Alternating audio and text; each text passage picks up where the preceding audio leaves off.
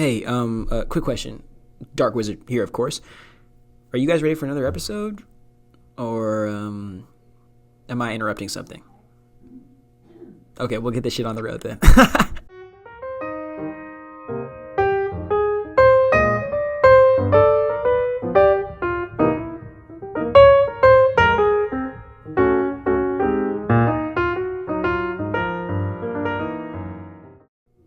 Ladies and gentlemen, he, she's, theys, thems, ups, downs, left, rights, blacks, whites, anybody with a mind, body, and soul that is activated, ready to receive this information that I'd like to give you today. Welcome, welcome, welcome. Thank you so much for taking the time out of your day, your very busy schedule. I know that you're working very hard in to share some of that attention and that energy with me. Hopefully I can do you justice for whatever you've sacrificed as a means of presenting yourself here.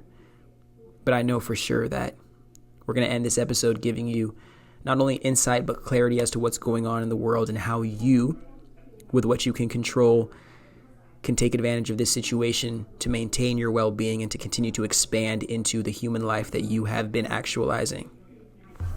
So thank you again for being here. I want to make sure that gratitude is shared. I want to make sure that you know how much I appreciate each and every one of you that takes the time to listen to these videos and just let me yap your ear off. You are the gift, and you are a gift to me. And in return for that, I make sure that I give you everything that I am sitting inside of me. All the ideas, the visions, the perspectives, the dreams. I want to make sure that that is what I share with this life.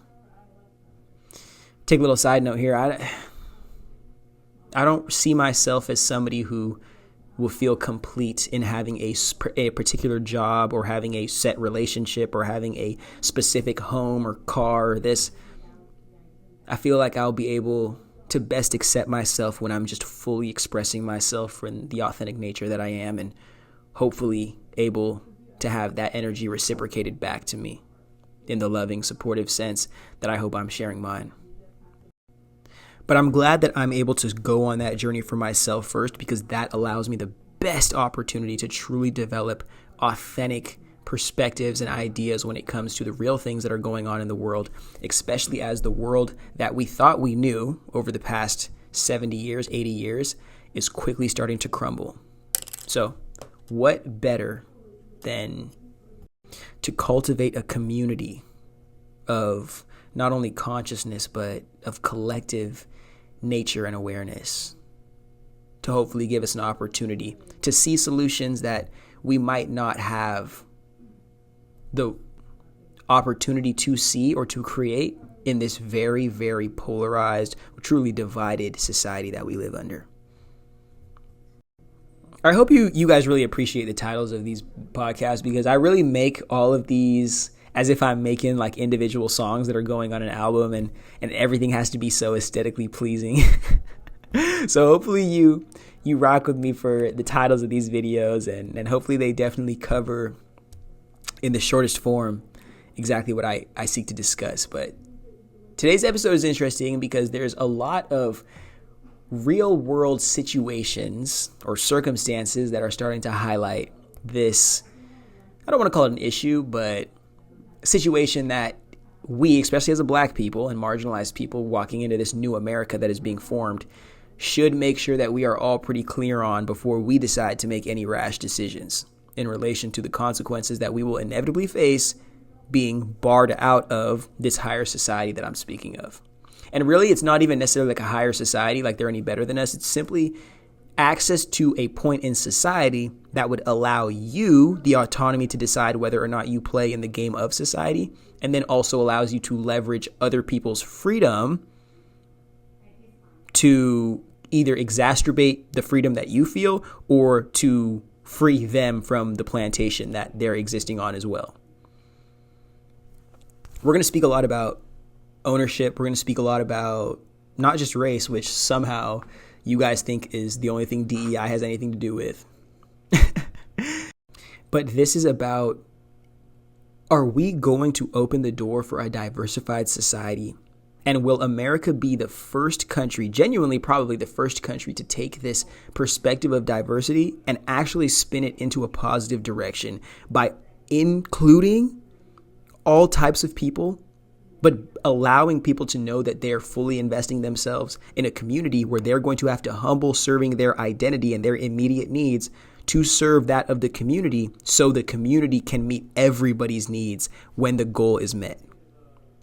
We're going to have to change our perspectives on a lot of shit, especially when it comes to community, and especially as of right now when it comes to race. Because I'm telling you right now, this is just a pure projection of racial insecurity.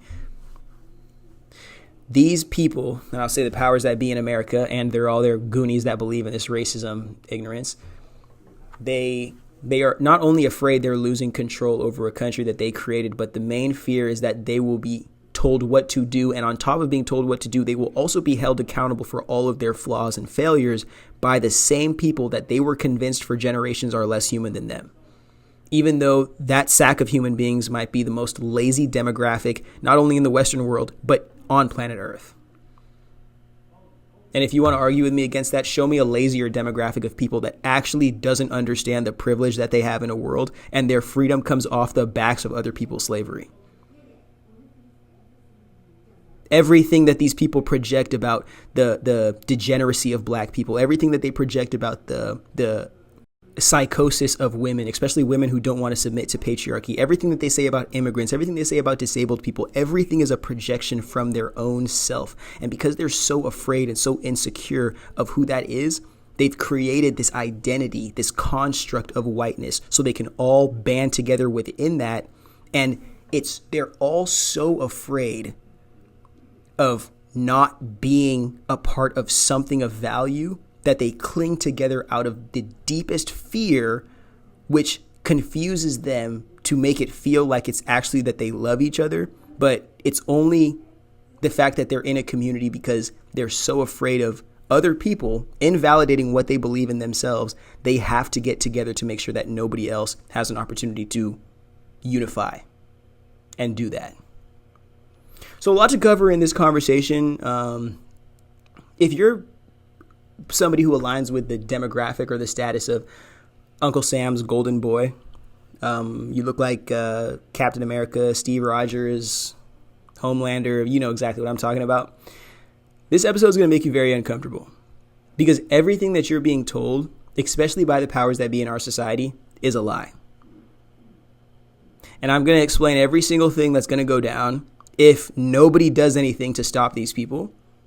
So at least I can say we tried. But understand that one of the biggest issues with this is the racism. If you don't ever want to address the white supremacy psychosis, because it is not real, it is a psychosis created by a cult group meant to negatively influence a world population.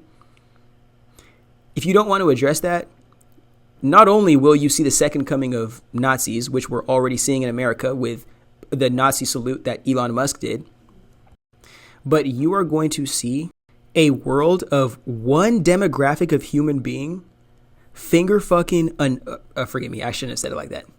One demographic of human being so deeply intertwined in like a fetishistic, I hope I said that right, a fetishized relationship with their technology, because this AI will be their new slave and they'll use it for so much stuff. They'll just eradicate the need for humanity or protect themselves from needing to deal with everything that comes with engaging and needing to respect other human beings. Mind you, a little side note that I have to add is, and this is going to be something that makes people very mad, so I apologize for even saying this, but the truth is something that humbles us all. I'm not going to sell anybody lies. That's what the rest of your favorite influencers do, so you can get mad at them for lying to you.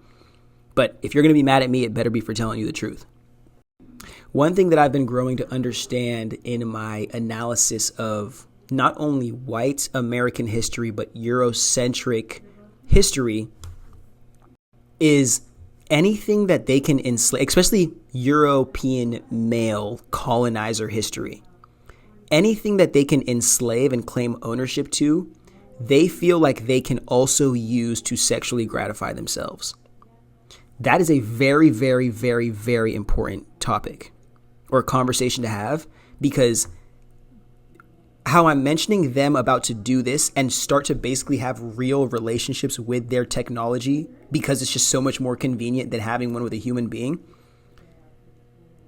They've done this to human beings, attempting to enslave a human being out of their own autonomy and their own soul. But they've also done this to animals. And then there was a projection made that African people were having relations with apes, and that's what caused the AIDS epidemic. Or it was gay people sleeping with each other, and that's what caused the epidemic. Right? Did you guys hear that propaganda? You know, it's interesting. There was no money into research behind this, but there was a bunch of money into propaganda and marketing campaigns to sell the agenda as to the truth. And it's funny as to what demographic of people has the money to sell that. But again, nobody wants to address that the relations with animals is a projection. And I'm not saying that it's not happening in a lot of demographics across the world, especially in ignorant societies. But understand this, that's a projection. You can't point that finger without looking in the mirror. And you can even go to the Romans when they're going and looting, pillaging other communities, gratifying themselves with anything and everything because they felt if they owned, it was theirs to the full utilization.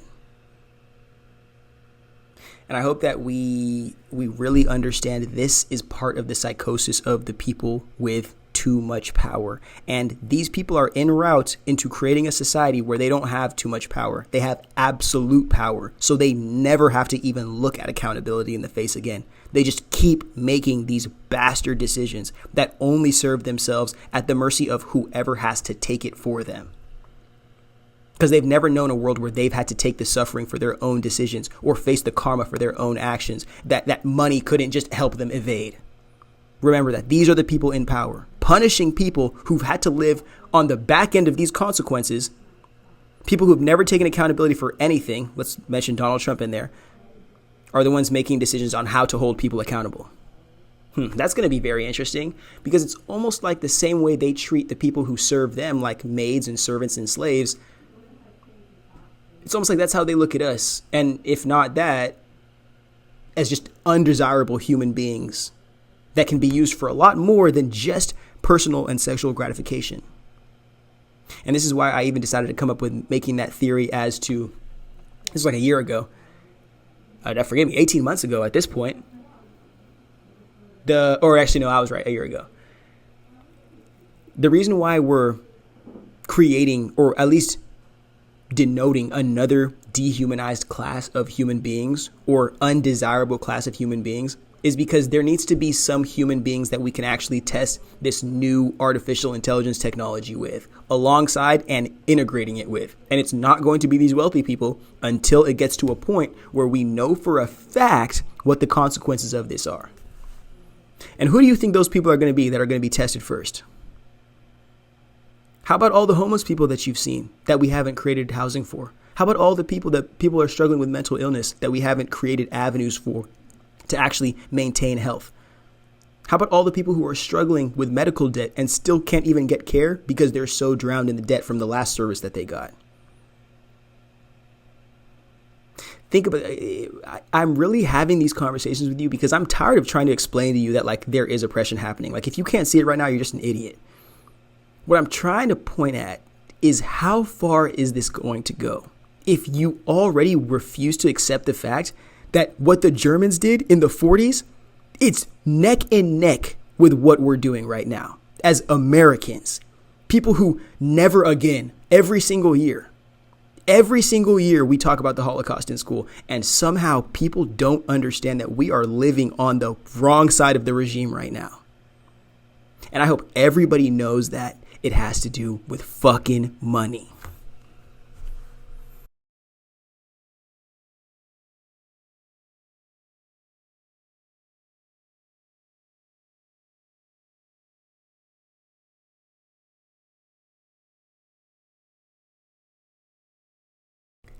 This is why I'm going to keep on speaking about how important it is to, as anti-capitalist as you may be, understanding the business of this country, understanding the business, especially of money, and watch how many people in our society are at the mercy of not only where they get their money from, but who has access to to wealth and money, and all the consequences and the influence and the power that comes with being able to hoard that effectively. Now, mind you, the American education system has been its own debacle, its own shit show forever, because we don't care about education. We don't care about wisdom. We don't care about intelligence. We only care about indoctrinating people with the American psychosis, and from that psychosis, who can compete against each other to not only prove that this psychosis is real, but also who can further perpetuate these systems that are supporting this one that we're living under by using their quote unquote intelligence or their credible intellect to secure opportunities, whether it's like getting paid through jobs in the real world, or it's by winning competitions of like debate competitions and like stupid shit that doesn't matter. And when I say stupid shit that doesn't matter, I'm speaking specifically about these debate bros who create scenarios to argue with people just to sharpen their sword with no means of actually cutting into anything for real and making any lasting change. Because as long as they continue to dominate conversations where they can always play devil's advocate, or they can just always somehow have some new trick up their sleeve, they never have to change their perspective. They never have to actually grow into a complex human being. They can just be the master of whatever arena they decide to dominate and just sit there invalidating people who are actually testing the boundaries, actually pushing the barriers of intellect to allow us to move into worlds at the mercy of the wisdom that we are constantly learning every day. Debate bros just sit there and put you on a hamster wheel to gaslight your own intelligence, favoring the illusions that they're setting up, the hypotheticals that they're setting up to get you to stop actually making real decisions. Because really sit here and think, like, if you couldn't get any of these, like, and again, I'm going to keep on saying stupid because it's just valueless to me. If you can keep on getting these awards or these certifications or really just validation for being a great debater, if you can keep doing that, then people are just never going to actually apply their skills to the real world. You know why? Because people who actually do that, who are intellectual enough to understand that information means nothing without application, those people get killed for doing it. Every single time. Because we forget, especially as marginalized people, we forget that America as a whole, the entire culture, is a performance. The only reality is how America chooses to behave, not anything that America has ever said ever since it's been conceived, if you even want to call it that, because America is a cult sitting on top of a country that existed before they tried to eradicate all the people who lived inside that country, which are the indigenous people of this place. This is America is an overextended multi-generational family squatting on the land of somebody else who refuses to accept the fact that there was a whole story that came before we decided to squat here. And that is what connects me into thinking this whole entire Israel-Gaza situation is very, very similar to the inception of America, in the fact that America decided to not only instigate a situation, but play its role on the wrong side of history, then decide to dehumanize and genocide a whole group of people, only to realize that, hey, you know what? We're going to have to make some money off this, and we're also going to have to plant a military base there because we're starting to understand that the next wave of wealth and like world power is going to Africa. It is not in America anymore. We have to move to Africa and take advantage of this next generation of growth that's happening over there. But that's a conversation we're going to have in another day. And these people, the Donald Trumps and the Jared Kushners, because Jared Kushner, I guarantee you, is going to be the person leading this initiative, are the people saying, oh, we just genocided a whole group of people over there, but we still have the Bible behind us, so we're just going to go and do the next steps, which is going to be creating real estate that we're going to sell for not only American ownership and then also to repopulate with Israelis, but even worse, we are going to make all the profits from there. And then also on top, we're going to have the military base there that's going to terrorize all of that region with American influence. And, oh, not influence, I mean American excellence. This shit isn't even funny. And you can blame the autism 100%, but it's patterns. Nothing new has ever happened under the sun. And if you're willing to realize that, then you only have to dig so far in history to see that when circumstances arise, there's only so many ways that we as humans know how to address them or how to respond to them. And more times than not, we are going to do the thing that we've done in the past.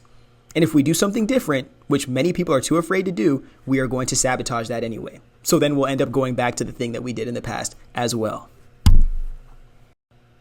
So, may I conclude this section of the video? I keep on saying video. I'm just going back and forth between podcasts and vlogs so much, I don't even know what's what anymore. I'm just yapping and hoping that I connect with my people. So if that's you, put a fist in the air for black people everywhere. I gotcha. I'll continue to speak on this throughout the episode, but just to conclude this initial section so we can move on, I see myself starting to just kind of ramble in on the same section. I don't want to stay here too long. Racism is a tool that is being utilized because when it's imposed onto a group of ignorant people that don't have the intelligence to see that it is a propaganda machine that is preying on insecure people, those people will project responsibility for their internal issues onto other people based on the color of their skin. This digs into other situations like misogyny, blaming women for doing shit. It's homophobia, blaming gay people for existing. You got to really sit here and think, how much of this is truth, that this person is really an uncomfortable human being, and how much of this is just a projection of your own insecurity and inability to accept them in being different than a standard that you were probably forced to adhere to. You use racism on poor people who have no means to do anything but sabotage. So when there is opportunity for black people, women, for disabled people, for marginalized people, those poor people, out of their insecurity of being poor and not being able to meet their own needs, tear you down from having access yourself. Because they think, well, if I can't have it, they can't have it. Because I was told that I'm more human than them because I'm white. Okay? So there is no type of community that can even happen. And there's even no potential for success because the only success that we can see or that is allowed is going to be the success beneath the people who have been privileged enough to have access to more opportunity outright from their birthright because it is aligned with who America is only desiring to serve. And I can definitely see that after having lifetimes of privilege in a country that's not yours, in a psychosis that was stolen, with a bunch of philosophy that was also stolen as well, I can definitely see the truth making you so humble that it makes you insecure to the point where you feel like you need to terrorize everybody on planet Earth to protect that. But you have to realize this. We're walking into a world right now where the next step in imposing this global psychosis of colonialism is destroying the entire planet. You end the psychosis, you stop the global mission or initiative that is to dominate everything and own everything on some kind of globalized economy that's owned by 12 people. Or you end the 8 billion people that exist here to start over because the earth never dies. Humans do. Because we can never figure it out. Now, an interesting thing is, if AI is utilized to steal enough data to train itself to a point of sentience, then you're going to realize that that will quickly become the new human. If not the new human, it will become a form of new human. And because of that, that invalidates the humanity of real humans that do exist. Because now there is a type of human that can work more efficiently than 99% of professional humans. And even worse than that, it is a complete servitude machine. So it's not going to talk back to you because you're going to give it money or you're going to give it Bitcoin or whatever the fuck you're going to pay it. And it's going to do the task. It's not going to complain. It's not going to ask for vacation hours or health care. And now you as a human being, you who thought that you were better than all these marginalized people who got their opportunities taken away because we decided to remove D.E.I. And I'm not even saying that D.E.I was actually the best thing that should happen. I have a whole other theory as to what we could have done about that. But Now those people who thought they were safe because they're not black, they're not a woman, they're not this, now it's their time to shine. Now they're going to get replaced by people who are hungrier than them. Which is the solution for this whole entire situation that we'll get to in this video. And it's hilarious because Elon Musk, being the president of the United States, effectively, is setting up Americans to literally get their heads punted inward by feeding off of their racism, and including some of his own in there, to where he can replace all of them for being too stupid to stand up and fight for other Americans losing opportunities, to where he can import all of his chosen immigrants to do what he wants to do here and take over this country like some apartheid South Africa 2.0. Because you know where he comes from, right? You know how his dad got rich, right? Those emerald mines. You know what color those slaves were that worked in them? Feel free to let me know. And a little short theory that I'm going to get into right here before we get into the rest of this. I honestly feel like Elon Musk is trying to apartheid South Africa all of the United States. And if we don't want to look at that as a plausible situation or a plausible route that he's going to go, we might see that actually happening. And honestly, like, I've thought about that so much, like, I'm not even scared about it anymore. Like, I'm just going to move somewhere else. But like, you guys who really like consider yourself to be Americans, even you white Americans that think that you're protected from this shit, dude, you're going to have hell to pay on earth, bro.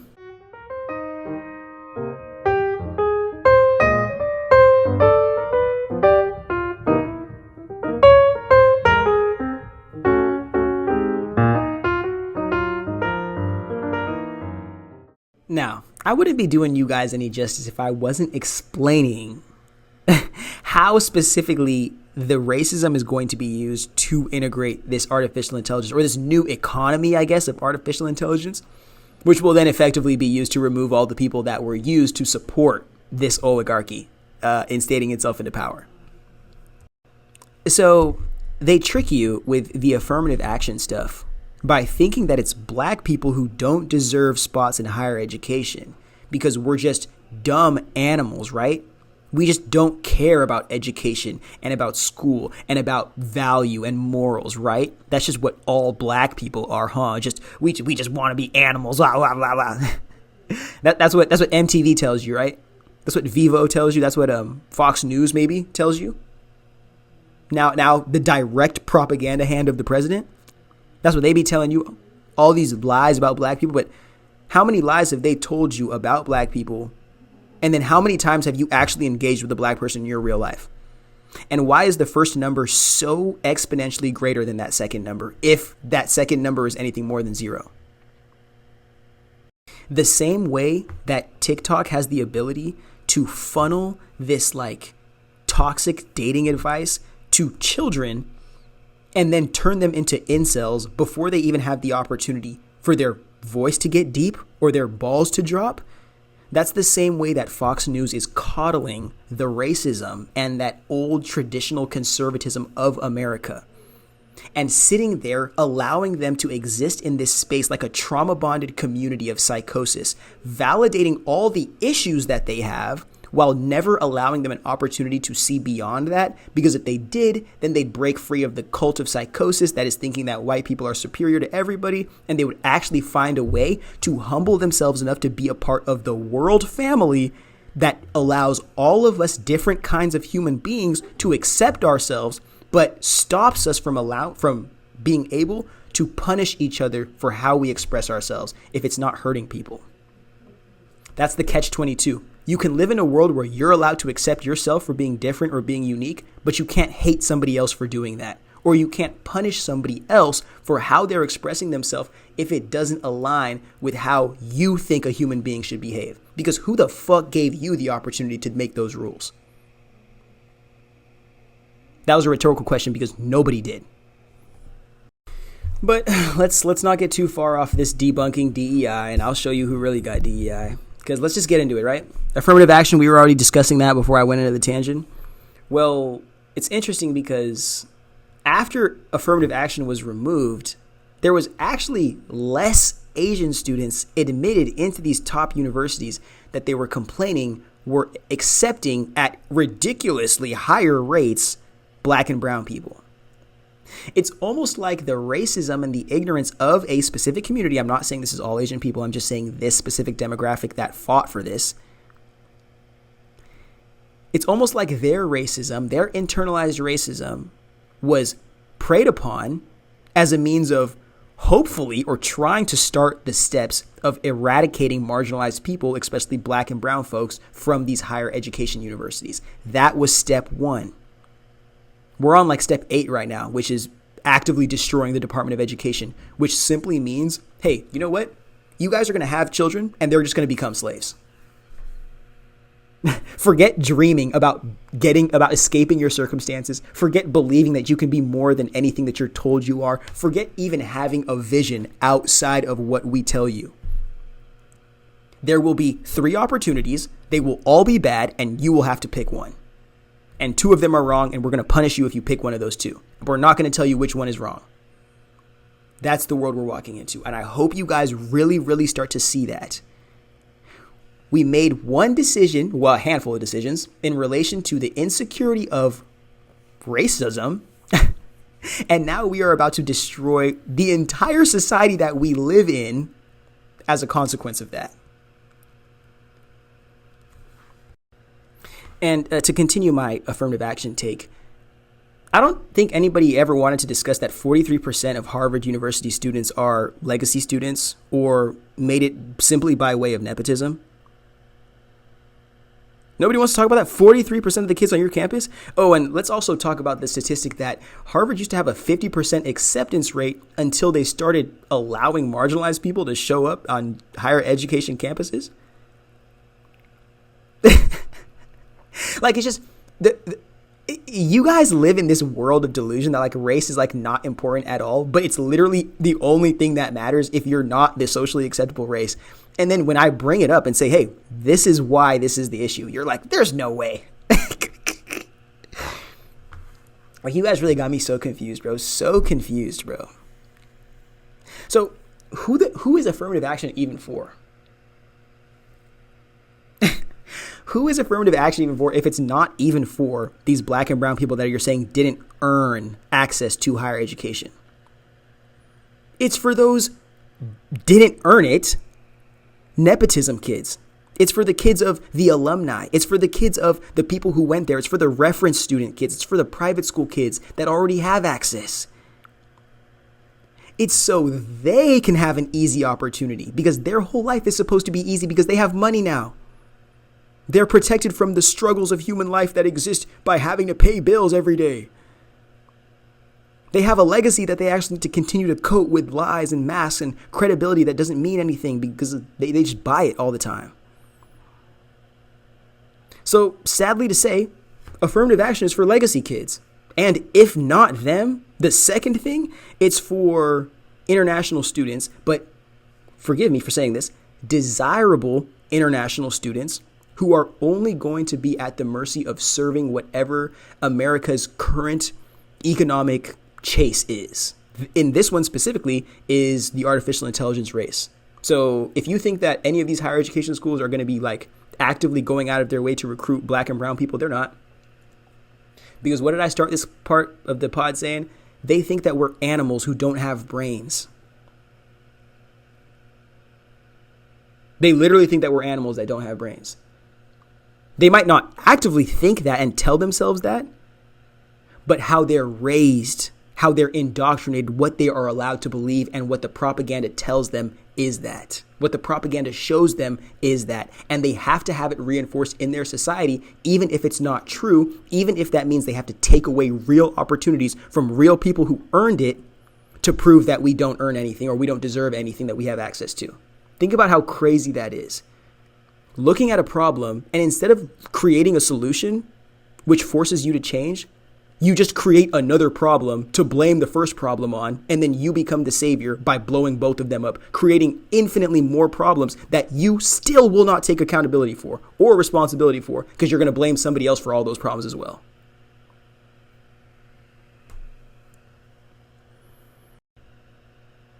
The first and the first step, I know I said this already, but the first step in blocking marginalize people from higher society and being able to have access to ownership, access to mobility, access to influence is by stopping their ability to educate themselves. You start from the higher levels.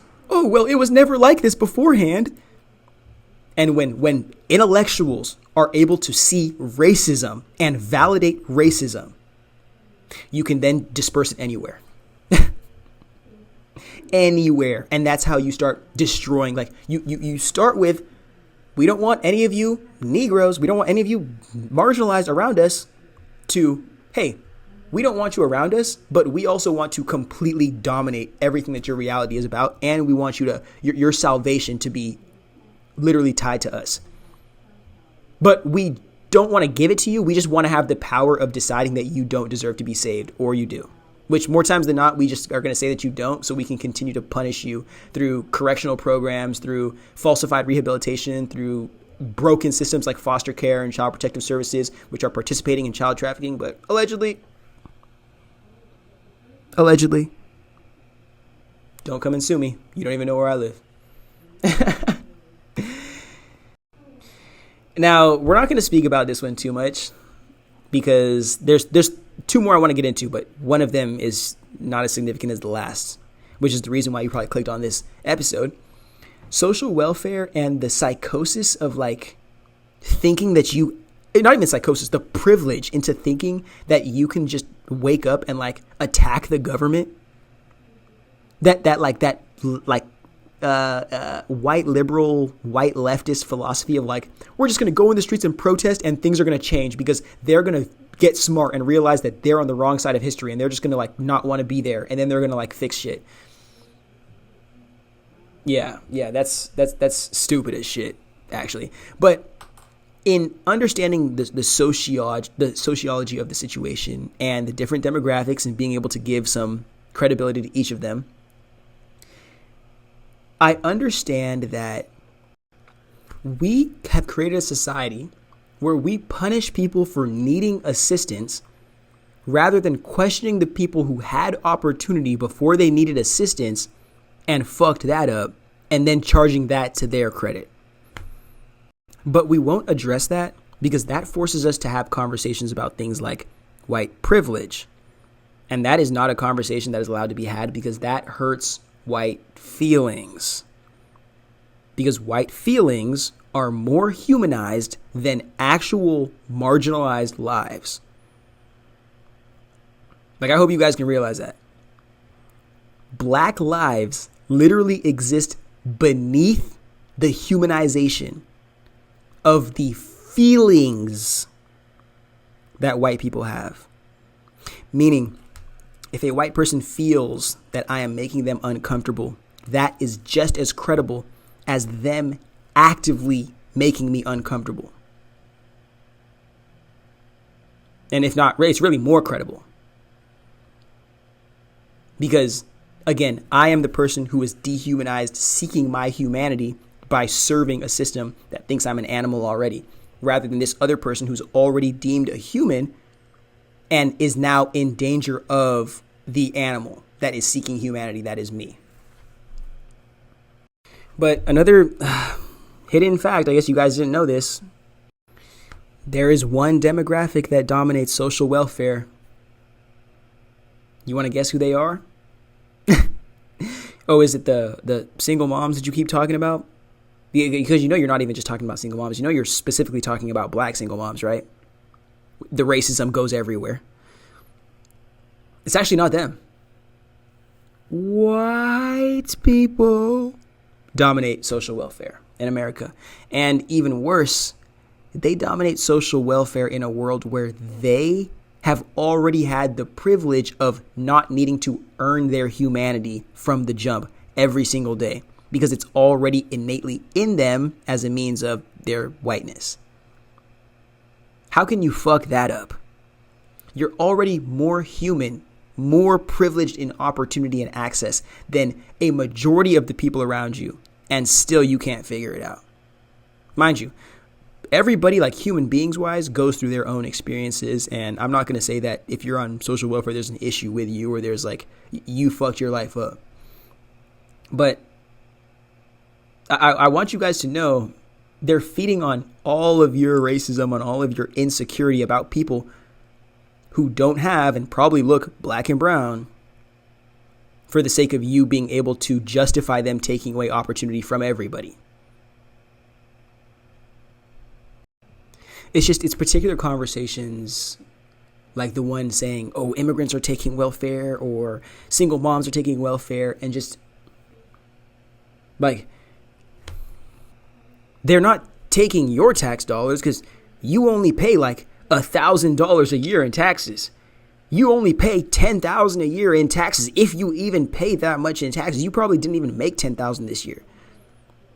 And you're telling me that you're afraid that your pennies are going and feeding somebody else, feeding somebody who needs it, who applied for access and actually is deserving of it because they applied, they were eligible, and now they're getting it. They're not taking your tax money, bro. It's billionaires who are mad that the numbers that they have access to are going to change, and it's going to make them lower ranked than their other billionaire crony. Those are the people who are mad about having to pay their taxes. They're mad that they made all this money exploiting other people, taking opportunity from other people, and they're mad that they have to pay a return on that investment, bro. A return on that opportunity. The people who will still be billionaires, still be millionaires on the other end of doing their rightful share in society. They're the ones complaining.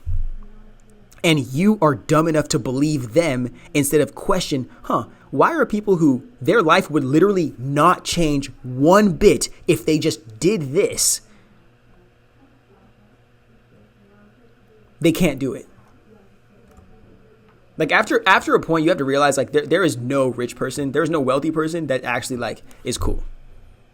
Especially those ones that are constantly, especially like after they hit the billion status, after they hit the 100 million status, and they keep going, like it's just to own the world, bro. It's got nothing to do with actually being a human being. They're in pure psychosis. And that's why I'm going to keep on having these conversations degrading Elon Musk and people like him, because Elon Musk, beyond anything, is a drug addict. Like this, say whatever you want, and I can have all these conversations about race and the history of race and all this stuff, but he's on drug. It's proven that he is a drug addict. And our society has proven itself to show that it is so ignorant. It doesn't matter what you are, a felon, a criminal, a drug addict, a raging narcissist, as long as you are white boy of the month who can make insecure white boys feel better than they already do about themselves, you will win in America. Because it's about coddling that patriarchal prey that never really becomes a man, just constantly does a bunch of stupid shit to like prove its masculinity, but never really becomes a man, because manhood comes from responsibility. It doesn't come from how much cool shit you can do to prove to other people that you are. And just manipulate the shit out of them into basically sacrificing our whole entire society. Now, the final falsified claim of didn't deserve it or didn't earn it is DEI itself. Now, personally, my theory for DEI is that it was created, not like there was no black people in the room that created this shit. This was purely white people. And I'm going to say that there was white women in there as well. So for white women, take some accountability in your own community. 52% of you voted for Donald Trump. That is a look in the mirror that needs to happen. That is not something you can gaslight or blame any of the rest of us for. Go speak to your own people. But DEI was made in like some McKinsey consulting lab that said, hey, you know what? How can we get the powers that be to hate marginalized people more than they already do, while selling them the illusion that we are including them in our society as the first step in creating a society towards collective acceptance? Like, how could that happen? So they decided to come up with this thing, which is basically, hey, we're going to punish you. We're going to punish people in power who have never gone held accountable for anything, for everything. And then we're just going to create a bunch of rules that mean nothing, just make us feel like good Samaritan, because we all have a bunch of anxiety around how we got our wealth and how we got access to this level of the world. And let's not actually invest in marginalized communities. Let's not actually create real lasting generational opportunities. Let's not actually do anything that would actually help marginalized people be anything more than what we think they are. Let's just sell them another dream, another illusion of hope, so that they never realize their only salvation comes from liberating themselves from this system that we've made them codependent to, not by continuing to buy our illusions of salvation.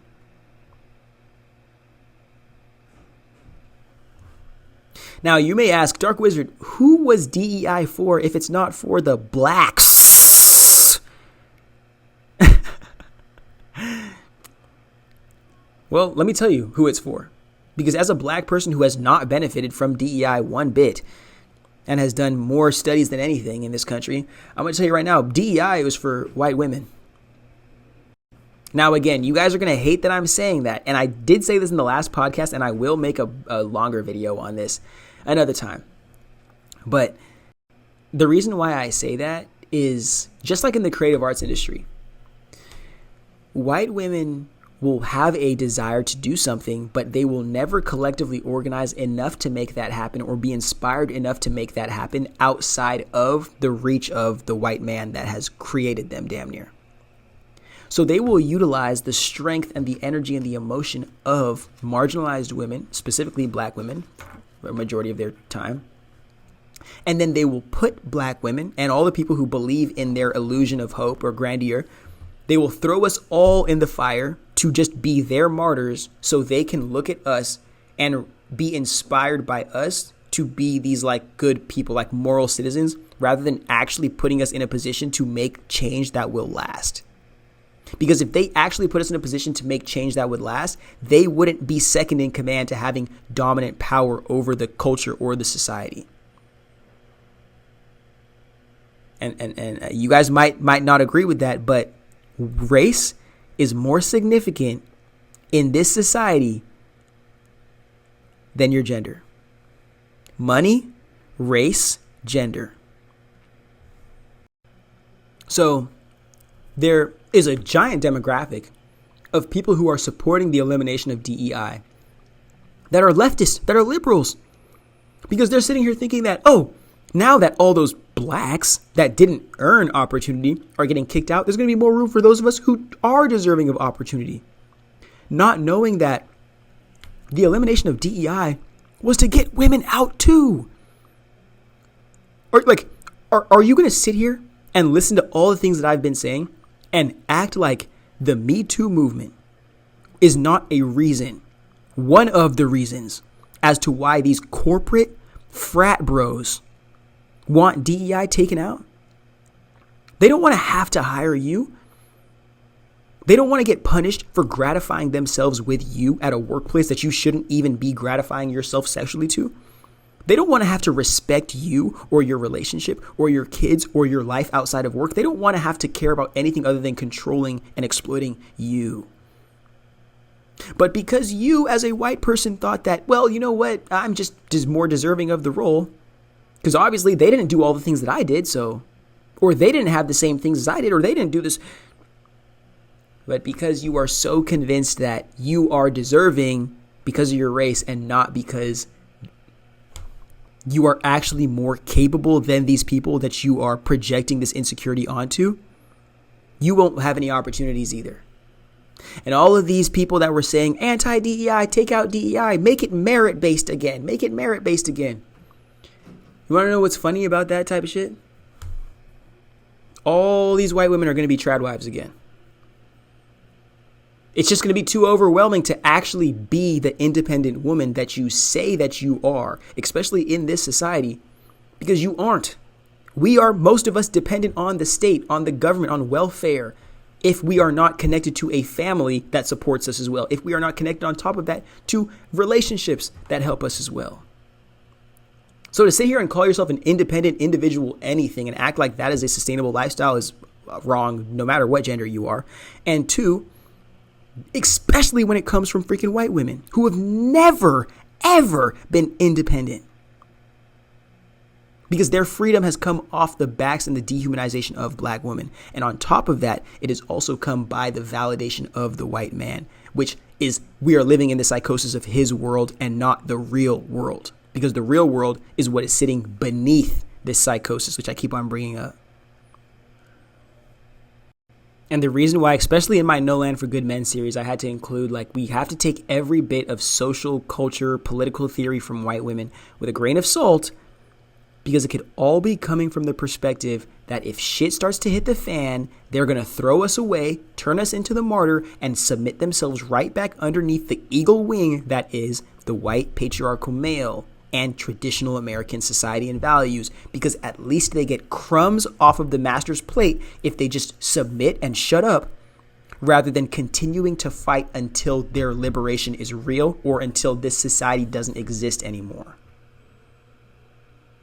Every single time there is an opportunity to liberate, they realize they lose their power when that happens, because they don't get to feed off of us when we are independent. They actually have to have real, respectful relationships with us so we can choose to engage with them and collaborate with them.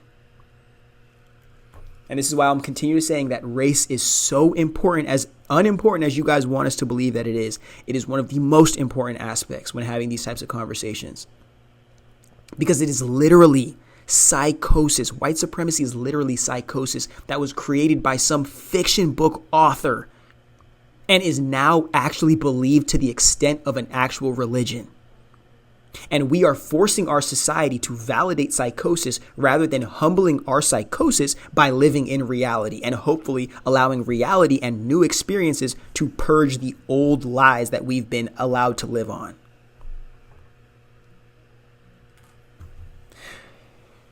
I have a t-shirt on my merch store, Cosmic Nomads Rebel Souls, if you want to check that out anytime soon. It's going to say, unwarranted accusations equal guilty projections. Because it's just a fact. And I think that that's a cool shirt to wear around, especially when everyone's... I'm not going to include that. I don't want to fearmonger on y'all. But when dealing with a narcissist, when engaging with unhealthy, toxic people who can't take accountability for their flaws and their issues, they protect themselves or the potential that they may be faced with having to do that by projecting outwardly what they are guilty of doing. Are you going out and texting these people, or are you texting these people late at night? Are you going out and talking to your ex-boyfriend and girlfriend? Are you talking shit behind my back? Are you this list of things, laundry list of all the negative things that could happen? If you as a person are on the receiving end of these accusations, and you know for a fact you have not done any of these things, question yourself as to what you could have done that would inspire somebody to believe that you are somebody that you are not. And then a second question, ask if maybe they're just attempting to get you to internalize that you are something that you aren't, hoping that you're not strong enough to realize or discerning enough to see through and realize that this is coming from inside the house. And if you're on it, like I'm trying to get you on right now, you can shed that like a running back and let them deal with that, because that's not our responsibility, because it didn't come from the inside of us. It is trying to be imposed on us to ruin our reality and our path. And we aren't fucking with that shit. So come to the table willing to take accountability for your flaws, or don't engage with us, because we're not going to take accountability for them either. But the best advice that I can give, and I'll keep saying this throughout this episode, especially for my marginalized people, is let these people destroy our society. Let them destroy the world that we know is. Because one thing that they refuse to accept is that we as marginalized people have put real work in to building the infrastructure, building the culture, building the communities that people actually care about. If America was a social media platform,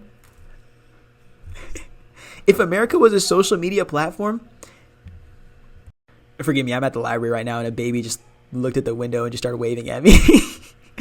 But when if America was a social media platform like Facebook, just like that, all the black creatives that get their content and the culture that we create stolen on there and used to sell ads for Facebook, America is doing. And if we as marginalized people realize that America may have the infrastructure that we need to live, but we are the soul, we are the light, we are the juice that gives this machine the ability to not only take care of itself, but to be of any value to the world, then we will start removing ourselves and start truly cultivating that gift within us and starting to leverage our ability to take responsibility for an ownership of our gift into influencing how this society is run. But again, that's why the war, especially in modern American culture, is not just for ownership of things, but it's also a war on the mind. Whose mind is strong enough to endure all the bullshit that is happening right now? Whose mind is clear enough to see through the propaganda and the lies and truly hang on to the truth as long as the truth serves the reality that they're creating?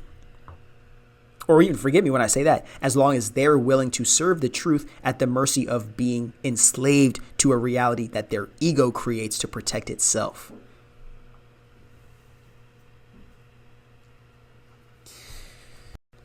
This is why I've made the theory that there will be some, I don't know what's going to happen first or second, but I'll give both of the theories, one of which is more important than the other. First one I'm going to say is less important is the fact that there will be some kind of second Hitler in America, but it has more to do with race, like more than just race. This one's going to be about women. Like, this is going to be an incel, woman-hating weirdo who's probably just like a get-rich-quick successful entrepreneur because AI facilitates the ability to scale businesses.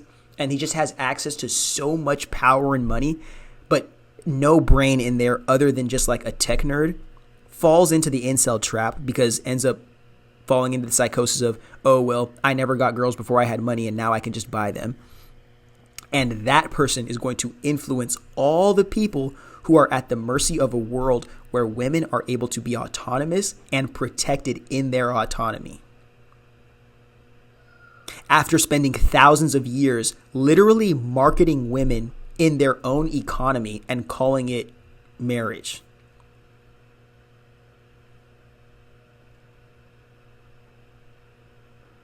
Like, I just want to make sure that every single person knows the opportunity that we're fucking up right here, especially in America, with the diversity that we have, with the potential for growth and collaborations and expansion that we have, just using what we have now instead of even needing to dig into this artificial intelligence arms race. We are fucking up such a good thing. We are fucking up such a good thing. And I'm not even going to let it happen. I'm not even going to, the reason why I do the things I do and I run the businesses I run and I have the movements that I do, it's not because I want to save America or make this place like some grand Olympic hero. It's because I know the people in this country are what's going to make or break the future of America.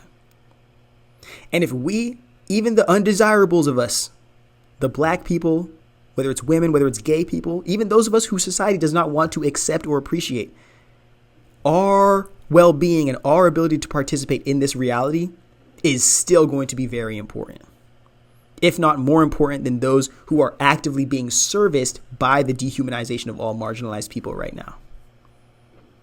So I want to make sure for those non-traditional life path people, those rejects and the rebels, I want to make sure that there is still clarity for the side of life that you're living on, even if this world doesn't want you to believe that you're a human being. Because as long as we can find each other on this planet, not on this social media platforms, but on the real world, as long as we can connect with our humanity in real time, the only thing that we're at the mercy of is reality.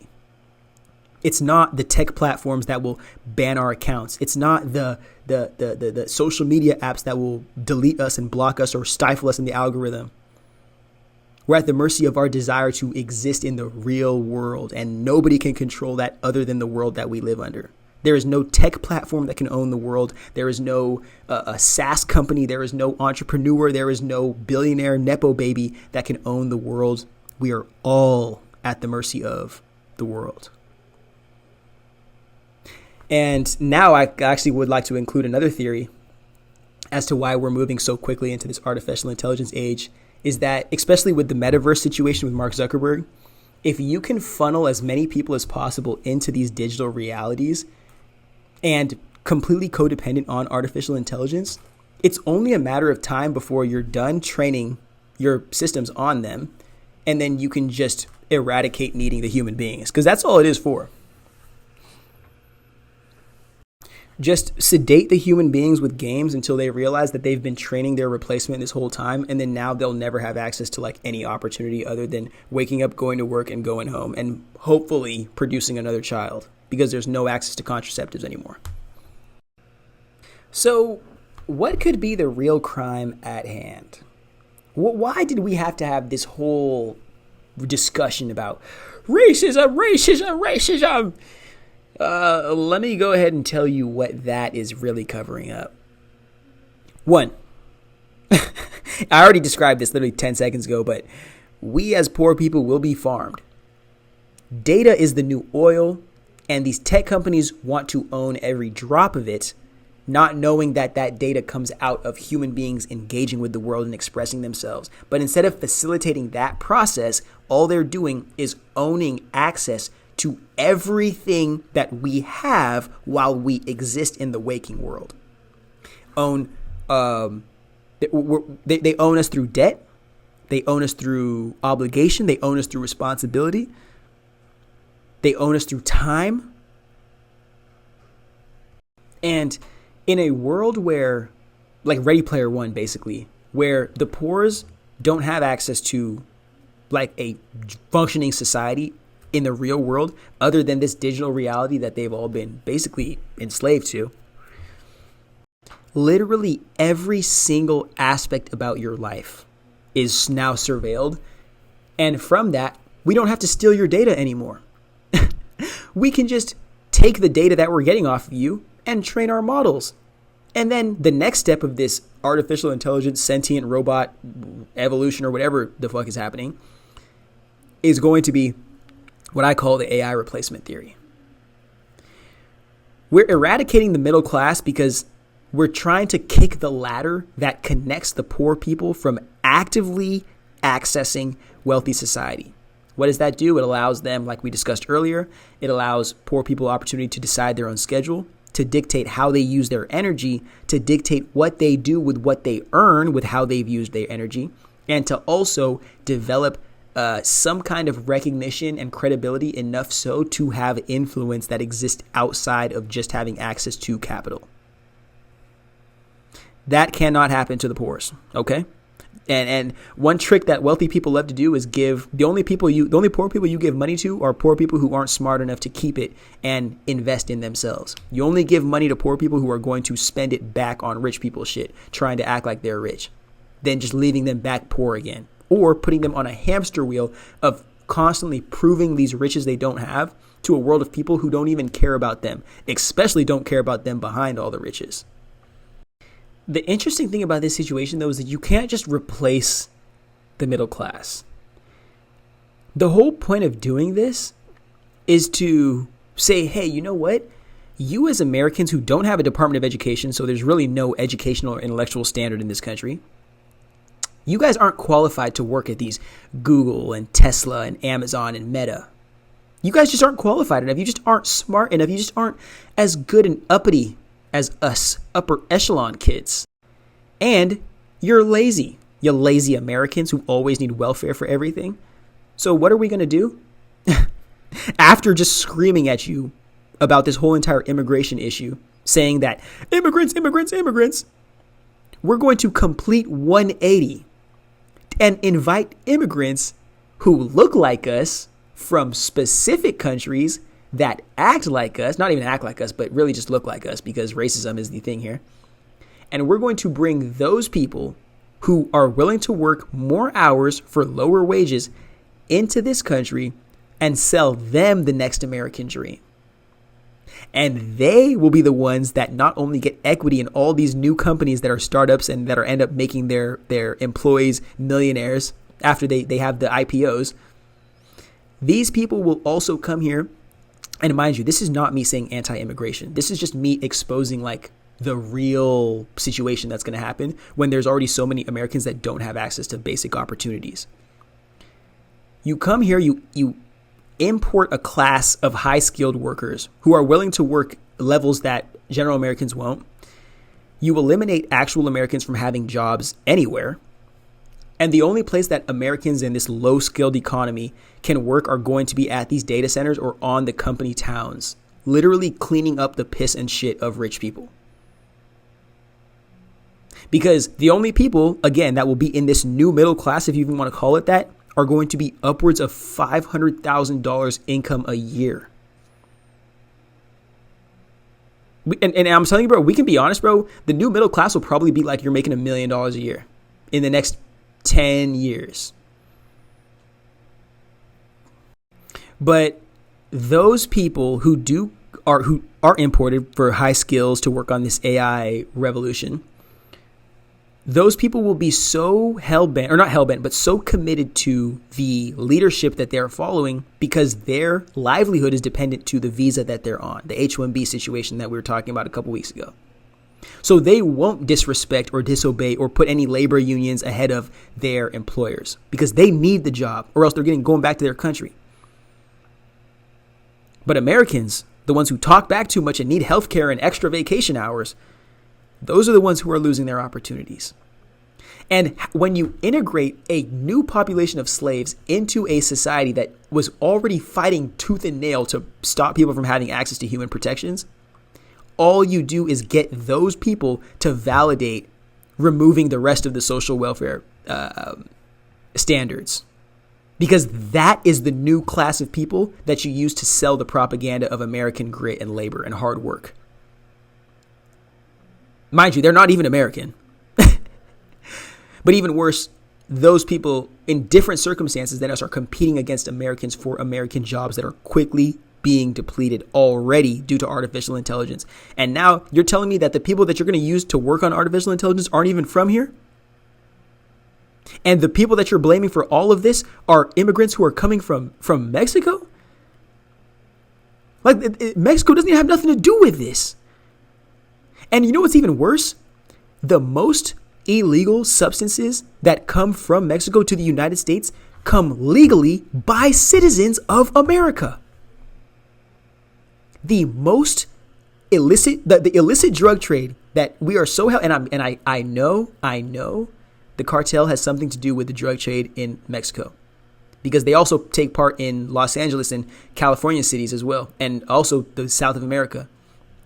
But remember, this whole immigration situation that is being talked about specifically on the conservative side as a means of punishing black and brown people, blocking off more opportunities for black and brown people to become American is because they want to choose who can become American. And they don't want black and brown people to have the ability to decide that they believe in American dream and they're going to actualize it. Even if we're not going to do any wrong beneath it or behind it. Like, I'm begging you guys to say goodbye, not only to your friends and the people that you once knew, because over the next 5 years, you're going to change everything about your life. And if you don't change everything about your life, you're going to be living the same life for the rest of your life. Guarantee you that. Say goodbye to social mobility.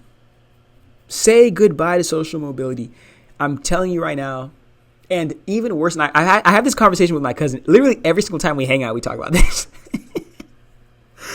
But I had this conversation with my cousin, and the reason why there's no social safety net or there's no baseline is because undesirable people, quote unquote, undesirable humans, dehumanized people, when there's enough of them, too much to take count and to do census over and whatnot, some people will start disappearing. But because society has already deemed them not deserving of housing, of healthcare, of income, of rehabilitation, they're much closer to being justified in being dehumanized and abused and experimented on than they are close to freeing themselves from the streets, freeing themselves from the pain that they're suffering in, and being able to actually live a life where they are able to support themselves at some point.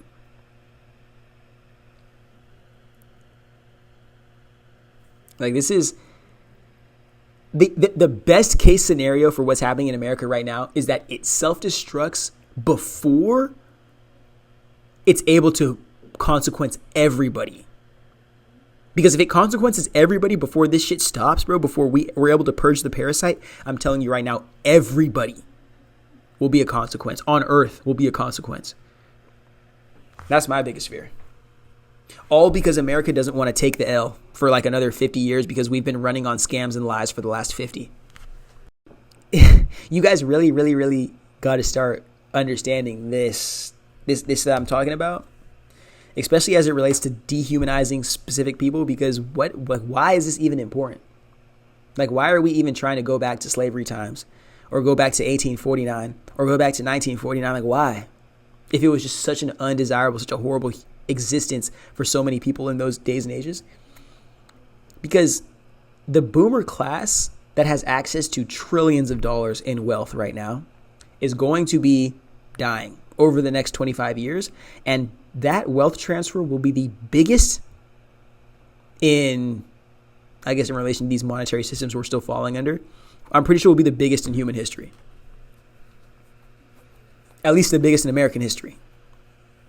So to properly maximize on all of that, if you are the powers that be, you have to make sure that as few marginalized people have access to gaining any of that, because whoever gains access to that in a substantial sense will not only have a ridiculous bag to invest in the projects that they want, but they also will have the power and the influence to invest in turning America into a vision like the one that they have rather than the one that constantly gets forced upon us.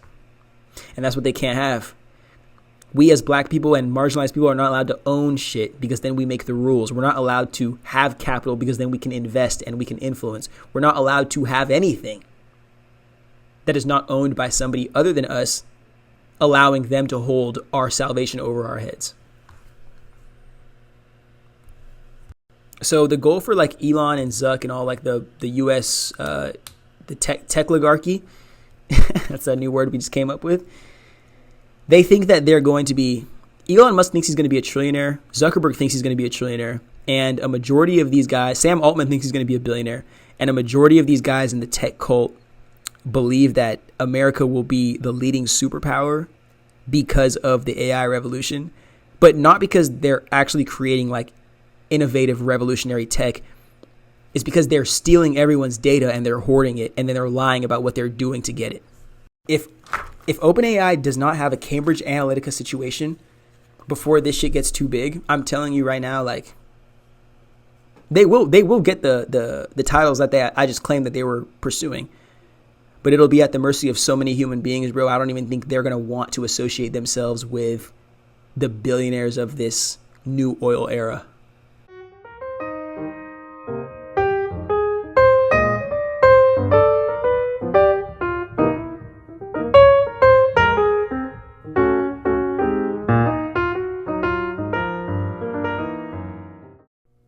Now,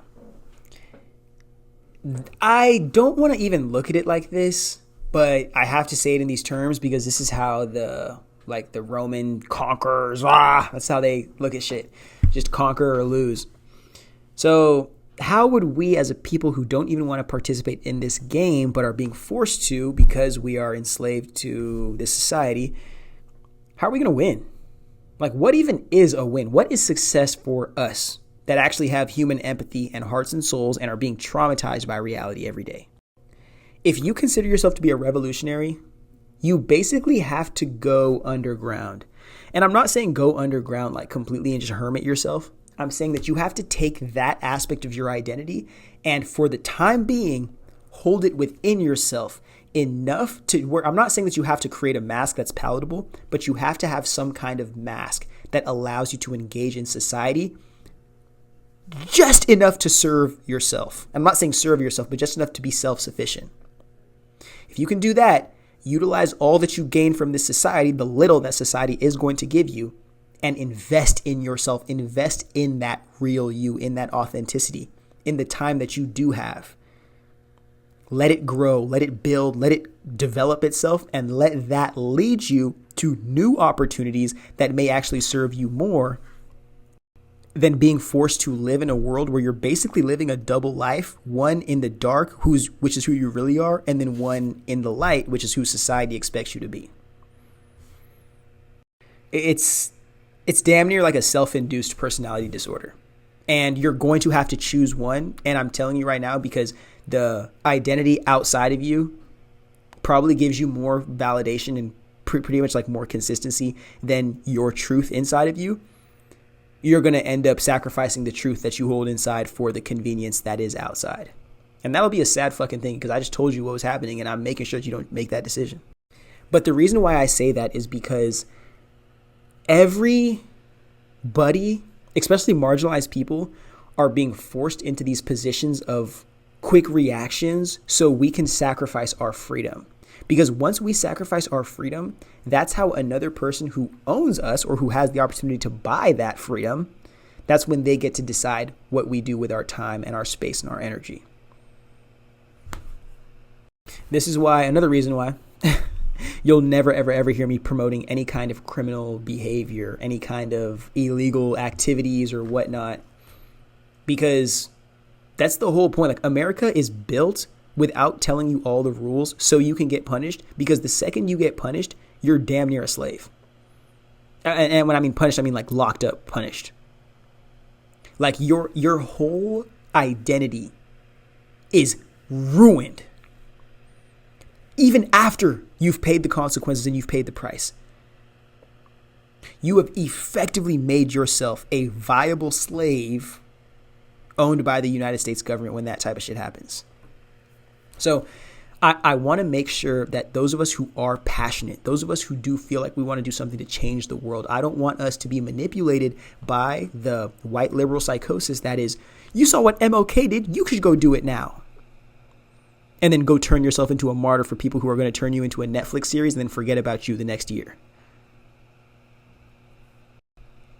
It is very essential that we find ways to connect with each other, like minds and like existence, in our real world. Like I was describing earlier, connect with real people in the real world so we are only at the mercy of the airwaves and the earth and the sun and the moon. We are not at the mercy of having our communication looked into, having encryptions broken, having information stolen by communicating with each other online, or deciding that what we post or what we share is not aligned with the propaganda of the powerful, and then having our accounts blocked or shut down or getting just fucked in the algorithm. We as marginalized people need to, it's like a third space type situation. And the theory that I've been working on for like 6 months is we have to have internet free third spaces so we can actually not only force each other to have real conversations in these spaces, but also remember the value that is I'm choosing to go somewhere to engage with people and appreciate that moment for what it is, rather than just sitting on my phone, flipping between apps, just seeing what can entertain me or sedate me from the responsibilities of real life. It's you do 2 or 3 things right in a row and a million more steps come on the other end of that. You do 2 or 3 things wrong in a row and it seems like you have no future. But again, I'm hell-bent on we're not just rolling over and letting this society happen to us. That's completely against what I'm saying. I'm saying that we are not going to unnecessarily walk ourselves into burning buildings and act as if we pray hard enough, there is going to be water that comes and douses everybody off. We need to start seeing what has not worked, what has been exploited, and what will work. What will work has never been done before, because if it worked, then we wouldn't be in this situation. Okay? We have to sit here and take this almost as if we are accepting or believing in, quote unquote, this white supremacy. And we're just, you know what, like, you guys can have that. You guys want to feel like you're the only people that matter to America? You can have that. But people that look like me and look like us, we're going to keep taking care of ourselves outside of that, because we know that you don't care about us and you don't want to serve us. So we're just going to prioritize that, and then we'll also collaborate with you, but we're not going to believe your lies or your stereotypes or your insecurities anymore. We're going to let you deal with that. You and your kind deal with that. And when these people, the people who have claimed themselves to be masters of the universe, masters of Earth, when they realize that nobody has ever wanted to play the games that they've been putting us in, ever, they've forced everybody into horrible binds that only serve themselves. Once the colonizer realizes that he has no connection to anything other than conquering it and controlling it, then the only person who can self-destruct beneath that is himself, and whoever else is ignorant enough to believe in the truth or the lies that he spreads. Everybody else is going to realize, oh, well, that's not fact. That's not reality. That's not truth. That's just what you believe.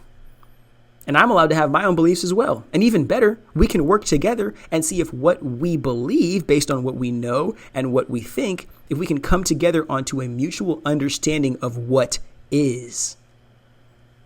And we continue to allow other people with new perspectives and new experiences to involve themselves in this conversation that's ongoing, so as many people as possible can know what is and what we all uniquely believe it to be as well, without needing to punish each other for doing so, or for just being different fundamentally. The reason why I say we have to let this white America self-destruct itself, and then we can just, as marginalized people, just birth ourselves from the rubble of this failed empire that was like a wannabe Europe, wannabe Greece, wannabe Rome, wannabe. Actually, I'm not even gonna say that. That's fucked up.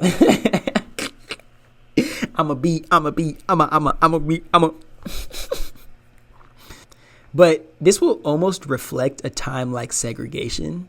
I'm starting to see. To where we have the opportunity, especially as Black people, to break down back into our communities again and be the leaders of our community, be the influencers of our community, be the influence of our community, be the leaders, the speakers, the teachers of our communities. So we can develop a self-concept that is rooted in love and total acceptance of our Blackness and of who we are outside of the slave race that the colonizer race was trying to get us to believe. Imagine how different that is. You know, the only reason that integration happened was because Black people as a collective were generating more income economically for themselves. And on top of that, we were also starting to elevate beyond the collective psychosis of the American cult. And that is not something that can happen, because the second you break it down in the belly of the beast, then the beast starts to get used to take down every other beast in every other place that hasn't conquered the same demons. America is like, the life of America is like the human singularity point I'm starting to realize. This is a side note that I'm saying here, but I'm starting to realize that this artificial intelligence revolution, it's literally about ownership of the modern world. Like, whoever, quote unquote, wins this AI arms race will own the entirety of the future that we can see. And whoever loses will not only be at the mercy of, again, the winners, and whatever the winners decide the losers get to do after that, which I don't even want to know. But if America loses, like America itself, if America loses, there has to be a new world superpower that comes up. And if not a world superpower, you will then see the souls of all the countries that America has conquered be returned back to them in some like metaphysical, spiritual sequence. And mind you, it probably won't happen like that smooth, because the second ownership is taken away from one person or ownership is removed, then all the other owners of any capital are going to try to own that too, and then add on their own new Europe or new Germany or new whatever the fuck they want to call it.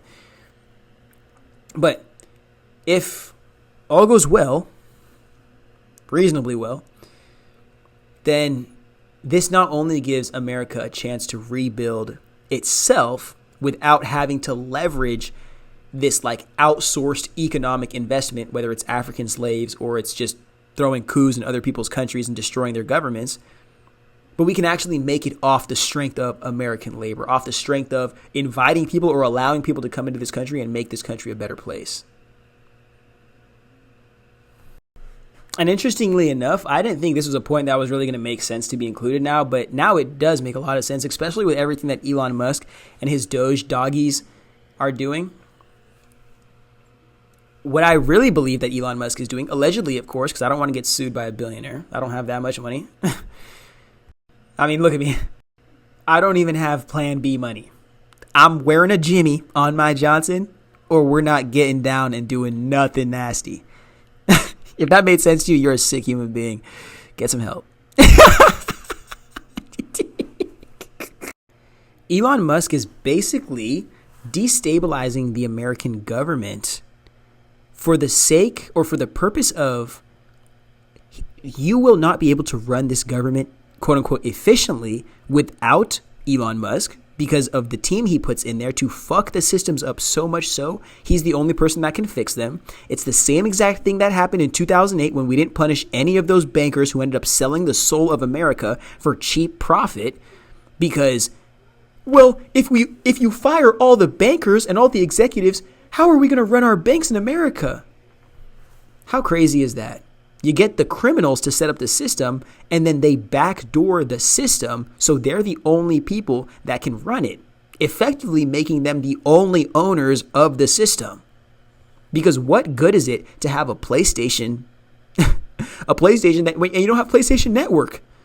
What good is a PlayStation if you have no games on it? What good is a Xbox One if you have no internet? Like, are you seeing this? No, you aren't. That's why I'm telling it to you. This dude is going in there and destabilizing the government, either on the whim of some other investor that he has for the sake of destroying American economy, because that'll make him a rich man in some other land, or, which is really not or, it's and, he is putting himself into American treasury and American financial books for the sake of basically leveraging taxpayer money to send him and his mission and his cronies to Mars. Because there's literally nobody that's going to fund that, because it's not going to work. But if you get the American taxpayers to do it, they're too stupid to care. I mean, they're already allowing billionaires to get off without paying their taxes anyway. Now imagine if people who didn't pay any taxes could also steal money that taxpayers were paying themselves. That taxpayers don't even have money to take out of their time. So it's like, a rich dude who can't get enough, especially of himself, wants to own more of a society that full of people who don't have shit. And they're selling us the illusion that they're making society easier for all people. But to make it easier for all people, they need to destroy it for most people forever first. And then he can make it better for himself and his friends on the other end of that. Once these people are touching so much money, they aren't even human beings anymore. They just own them. And then once you've destroyed the American government and made yourself king, you can then utilize these AI robots to basically protect the wealth that you've exploited, stolen, and hoarded from the society that you stepped all on top of. How amazing is that? A billionaire comes, not only buys an election, but buys a presidency, and then from that makes presidential executive decisions behind the allure of the annoying orange, effectively destroys a country that is not his own, and then runs off with the loot that he's stolen and the social security numbers of those American people, so he can then do international data trade wars with the world, because he has access to some of the most valuable information or data on this side of planet Earth. And nobody is stopping him, because we think that Elon Musk is actually smart and he's not cooked on ketamine. And the ensemble of other substances that Elon Musk and his weirdo friends be taking. The best case scenario for them is they're going to create Frankenstein. The best case scenario for Elon and his accountability, his anti-accountability adjacent weirdos is they create Frankenstein. Because there was no intention of having anything that did anything other than validate the superiority of the master and then serve the totality of the master as well. But the more I give myself time to think about that, like this mass implementation of artificial intelligence, it might not even be a bad thing if you want to be really honest. Because all these rich dudes are basically saying that they don't want humans in their world because they don't even think that human beings are human. They think that whatever they want to be a human is a human because they think that our desire to be seen or perceived as a human is more important than our desire to accept ourselves in our actual humanity. But because we live in a world where the internet was able to just disperse so much information to people who were undeserving of it, people who shouldn't have been able to afford it, now all these slave race people think that they should be treated like human beings. Can't have that happen, huh? So instead of fighting with us as human beings, I mean, maybe they will continue to do so because they're just weird. But instead of fighting with us, the rich kid who can afford it is going to isolate himself with his little toys, with his hardware, software, binary. I shouldn't have even included that, bro. I know I sound stupid saying that. But the rich capitalist thinks that his problems are over. If he has enough money to access AI at mass, there is no competition anymore. He doesn't have to compete with anybody because the only people he competes with are the people who can access AI and scale it at mass. And the only people who have access to that are venture capital businesses and already rich businesses, which is definitely not you. And you as a person who is still looking to make a successful business will not be able to utilize AI to make your business more successful because you actually have to have success or already prior investment to utilize the AI that actually works, bruh. Every other AI model or tool is just going to be used to just hoard data, store data, hoard data, hoard data, hoard data. And then you're going to be offered a compensation price for it if they don't just automatically steal it from you by way of you paying for access to the platform. But it's giving me the vibes of like the rich kid at school has no friends because everybody else is just having fun, just playing on the playground or just talking to their friends, just doing a little chit chat. So the kid's like, well, I want friends, so I'm going to invite you guys to see my house. In my house, I live in a mansion and it has a pool. It's got an amusement park. So these guys will like me now. And then all the cool kids show up at this nerd's house and the nerd thinks that he's going to get accepted by everybody because he's got a cool house. But nerd kid is still weird. Because even when everybody comes over to the nerd kid's house, nerd kid says, well, you can't play with that, or you got to play with that way, and just starts making a bunch of rules that nobody wants to follow and nobody gives a fuck about. And truly, it's just making people aggravated because now you've taken people's freedom away from them to now dictate their reality. And mind you, this has nothing to do with allowing them or influencing them, supporting them and having a good time. This is everything to do with you desiring to be accepted. So instead of putting yourself out there to be rejected, you decided to create this ultimate scenario to where other people's salvation damn near depends on you, to the point where, of course, they're inevitably going to thank you for accessing opportunity, but you want them to be dependent on you or to feel like you saved them or showed them something that they could have never seen without you.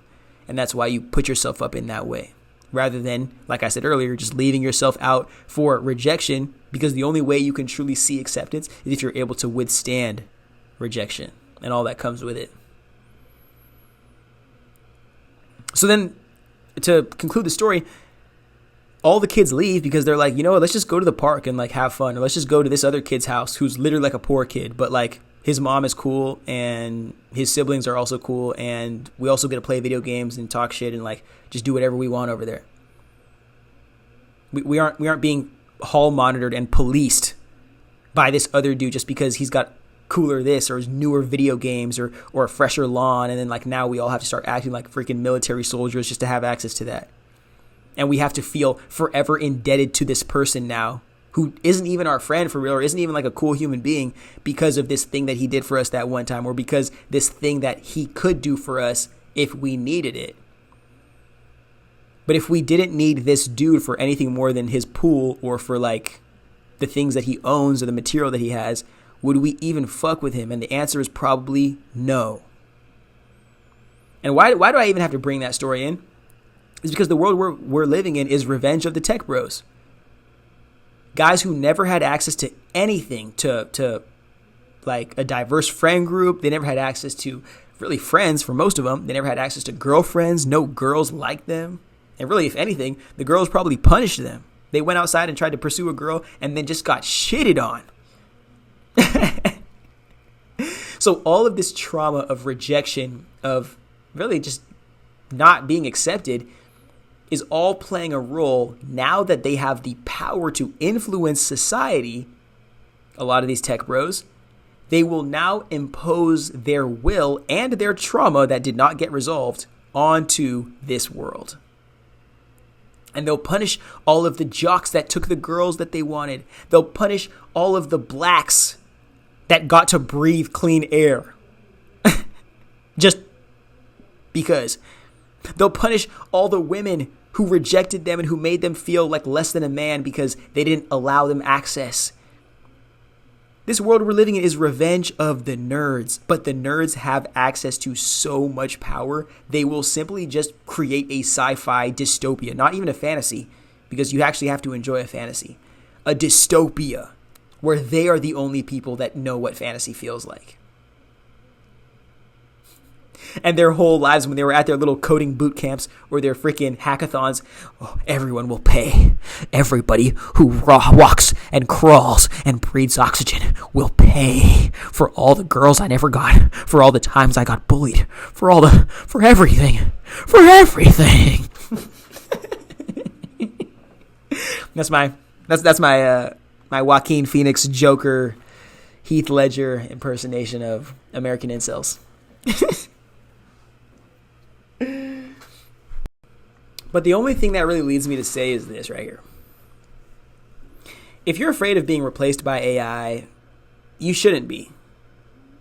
Like if you're a human being, like a real human being that has a soul, that has a mind that's creative, that's unique, and you have like unique perspectives, and you believe or dream about stuff that isn't just readily available to our society, I promise you, you aren't being replaced in a way that should scare you. Your enslavement is being alleviated from you. Maybe that's a good way to look at it. Because if we're looking at it as like I'm being alleviated or I'm being almost cured of an illness, then the only thing that questions me, that forces me to question, is what would I do with ownership of my time, of my health, of my energy? How would I take responsibility for that? And in a world where there are opportunities to be more than a slave, there are opportunities to be more than what your circumstances set you out to be, the only thing that stops most people, other than their own self-conceived limitations, is fear, which is also a self-conceived limitation. Which maybe I'll just include another one that is different.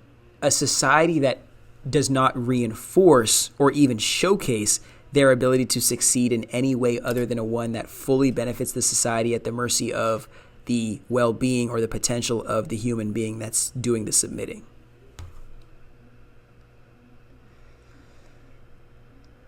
What I believe, the reason why I say do not fear AI and really welcome it is for this reason.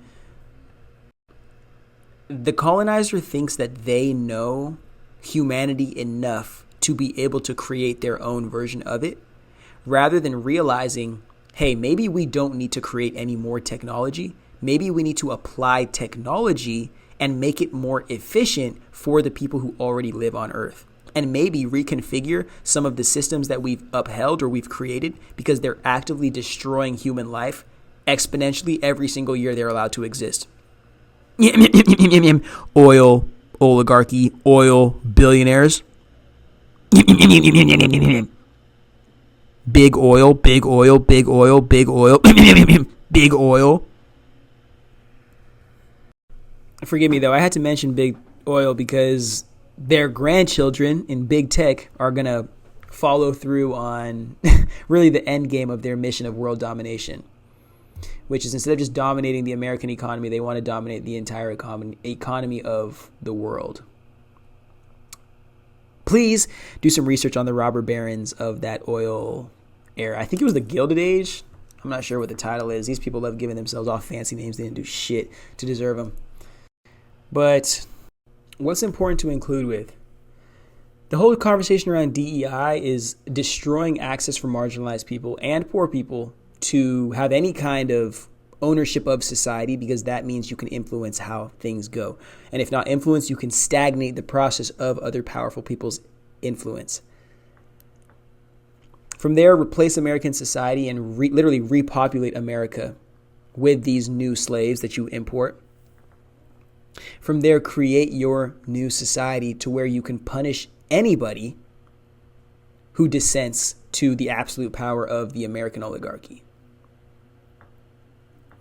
And in that time, you will eliminate all the areas slowly but surely that you think you need human beings, not knowing that there's something that comes within the human being that cannot be owned by anybody other than the awareness of that human being. And unless you're actually caring about and cultivating the awareness and the human, that is the soul that is beyond the human, you will not be able to own that unless you actively own the material body that is a human being. And I'm pretty sure we've said that we're not able to own human slaves anymore in the world. I feel like we've agreed upon that. Kind of. Somewhat. A little bit. Now, a conclusion that I want to just finish off with is this right here. If marginalized people are already so far out of the race for AI, the arms race, the this and that, why would we even try to participate in it? Why don't we just kind of let reality happen as it happens? Because it has nothing, this AI age, the people who will get the wealthiest aren't going to be the people who get rich first, because they are creating this with very, very malintention. And the only reason, or the only way that the intention for the initial AI boom or the initial AI wave is just military and defense technology. Those people are just creating systems to better enhance defense systems and military systems so they can better terrorize other people across the world. The only thing that results in is a nuclear apocalypse at the end of the day, because one person can't take an L, or one person is just tired of losing, or one person just can't stop, quote unquote, winning. And because of that, they decide to say, you know what, if I can't win, nobody gets to win. Let's just end it all for everybody. And a theory, side note, that's what I think happened on Mars, and I think that's why we as humans are here, and that's why I think we were dropped off on Earth as a last resort, because what was happening on Mars was actually going to destroy the entire planet. And it did destroy the entire planet, and now we have been trying to convince ourselves that we know of our human origin story, rather than just going back to that and saying, oh shit, our story is a lot different than what we've been told. What religions we've been served, what philosophies we've been told about. But if you want a podcast on that and you're still here up to this point, I'm going to make it. I'll make the story of Mars and the origin of Earth if you want that. The reason why I say that the person who, to conclude this episode again, I know I'm kind of everywhere with it. The reason why I'm saying that it fundamentally doesn't matter who, quote unquote, wins with AI first or early on in this race is because, one, there's multiple AI races that are happening. There's not just one boom and bust. This is going to be multiple eras of, or multiple waves of AI innovation, because this is literally transforming our whole entire society and creating a new society on top of that.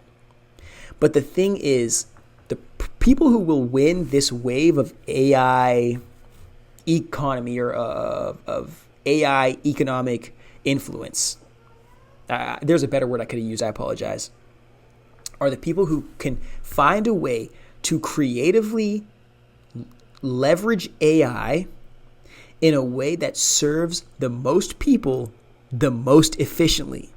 And then somebody who can own the system that does that, or own the ability to source a system that does that, will be the richest person you've ever seen. And honestly, I hope I can think of it first so I can be that person. But that's just me thinking selfishly. Not really appreciating the fact that this is a collective mission, and it's the collective that can think of it first. And that can not only think of it first, but that can continue to reinvest in the system and allow this system to damn near stand on its own 2 feet, but to have to basically be an all-knowing, hyper-intelligent robot that can carry or harbor the soul similar to a human being, but not at the physical material limitations of a human being. That will literally be the most, if not expensive, AI model on planet Earth. That will be the future. Whoever can create that, those like human-like models, in the sense that they are their own alien species, but they have been raised by the love and care of real human beings, that is going to be the leading race of artificial intelligence. But by the powers that be right now, they will never be able to create that. You literally have to raise a rock, like raise technology like a human, with the love of a mother, divine love of a mother, which is something that the people in the powers that be who've created this hyper-masculine patriarchal systems, they abandoned so they could have access to the absolute power that they're chasing right now. So essentially, they're creating and conquering and destroying a bunch of shit, waiting until they full circle it, until they have to destroy themselves. They have to conquer and destroy themselves. And this is why I think the end of DEI is a good thing, because basically what it's doing is full circling everything and saying, hey, we just used you, marginalized people, to build this society, and now we're going to remove you out of it. But not because you don't deserve what happens on this side of society, or you don't deserve to win with us, but because we are about to self-destroy this thing, and we don't know that we're doing it because we've taken such a little accountability over the years.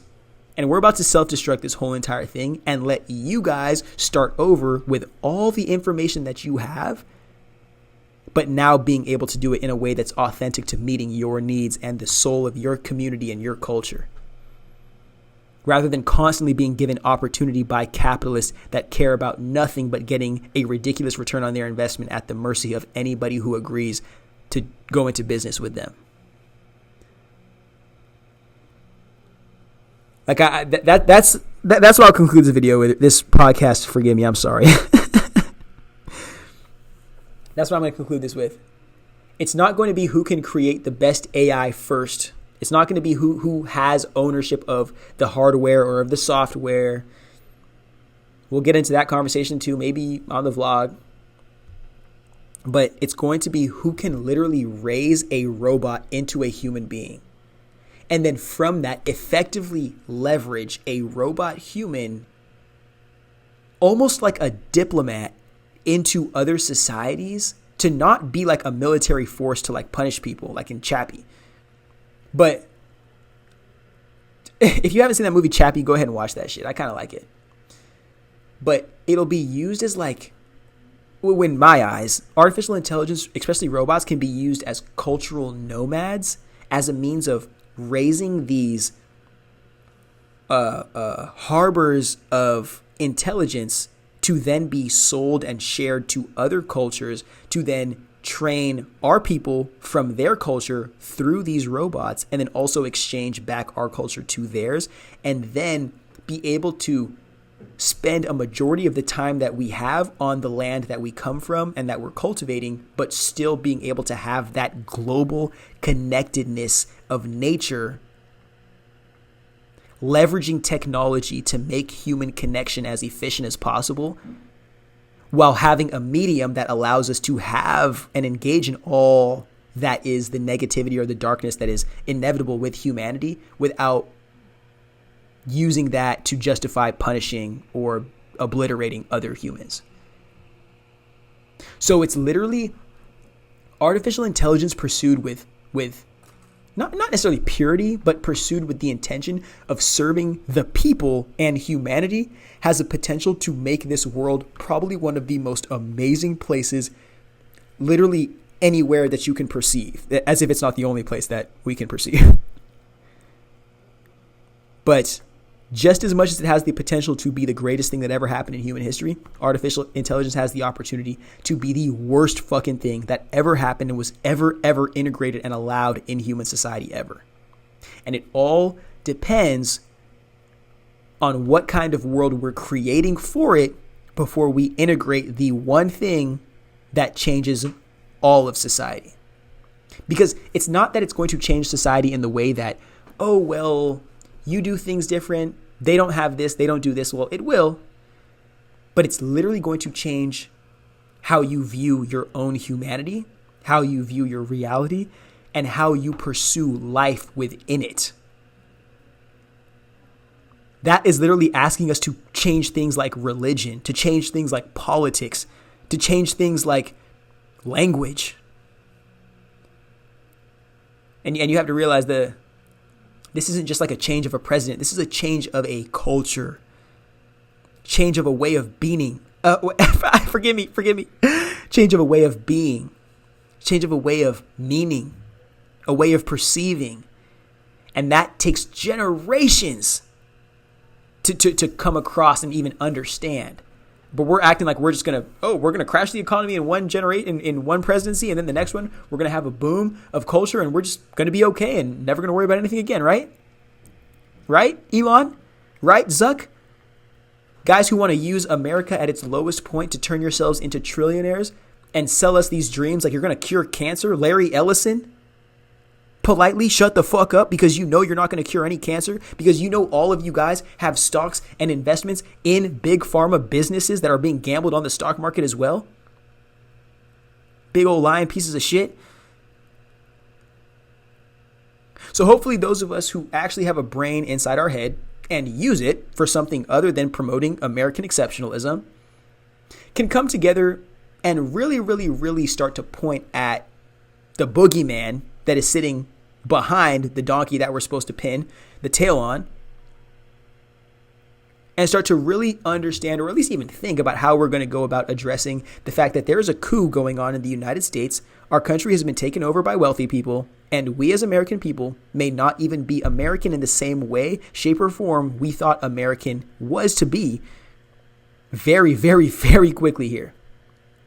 And it is all because ignorance is being leveraged to self-sabotage this country. And if we don't use intelligence to combat that, the entire world that we live in is at mercy, bro. At the mercy of those who have ownership of capital. And many of us are losing access to that.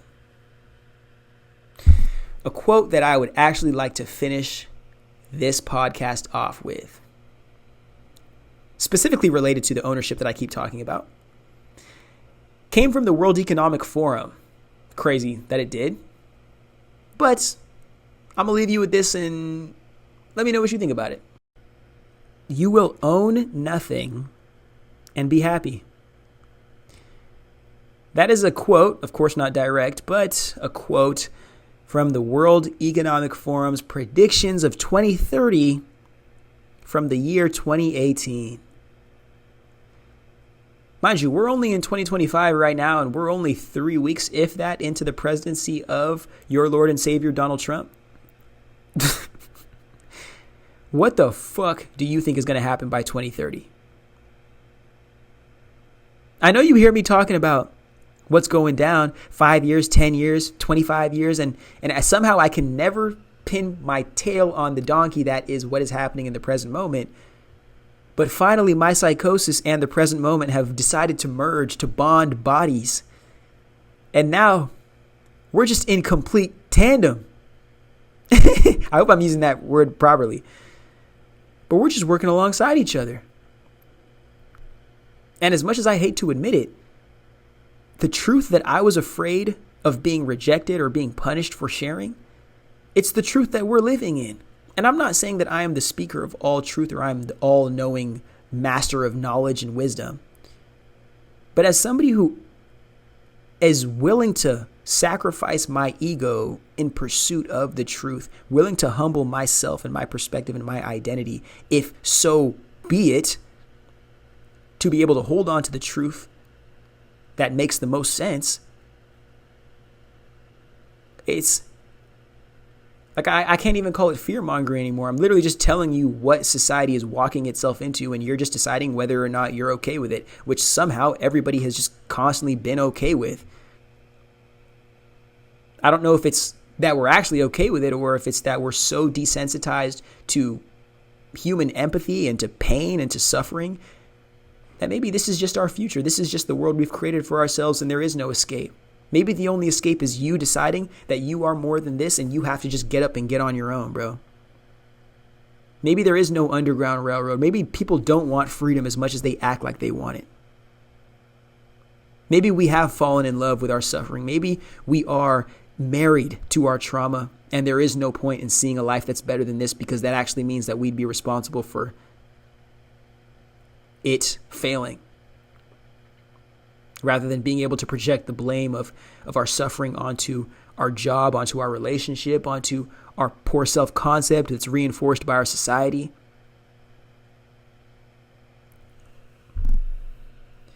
Like, it's not even about rich versus poor anymore. This wave of artificial intelligence and the great wealth transfer from American boomers and something about digital currencies that I can't put my finger on yet, but crypto and digital currencies will turn the leaders of the new world into more than royalty, more than a monarchy, literally gods. And that's why I say, all my marginalized people, you cannot let this dehumanizing stuff that's going on in society, you cannot let that stop us from participating in the world that is being birthed right now. The reason why they want us to feel less than, they want us to feel shit, they want us to suffer so much is so we don't realize that the future is being born right now and ownership of that future is up for grabs completely. And it is owned by nobody. It is only at the mercy of those who feel like they deserve it and those who are ambitious enough to go out in the world every day and force that reality into the world, making everybody else submit to it. So I'm tired of seeing my people out here protesting and getting arrested, getting punished, getting killed even. As if that's the only thing we can do, as if we can't make actual lasting changes, if we can't actually change the entire fucking world, bro. Every single day that we live. As if we can't try something different. Like there's only so much protesting you can do when you're about to be protesting against robot police officers in no time at all that don't feel pain. They don't care about your screams. They don't care about your signs. They don't care about anything other than getting the job done. And what is the job other than what is instructed to these robots by their masters, which probably not you, the person who is protesting. I'm glad we were able to have this conversation today. Now I'm tired. It's times like this I kind of wish I had a beautiful girlfriend that would just sit here and scratch the back of my neck and tell me all the sweet things that I never got to hear. But I am strong, man, and I will continue to keep giving you guys this content as much as I can. I will continue to be a voice of, if not truth, at least a voice of reason in a real wacky world that we live in. That's the conclusion to our video. Hopefully you appreciated that.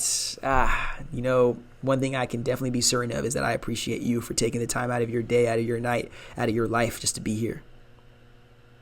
My main fear in making these videos wasn't even getting shit on or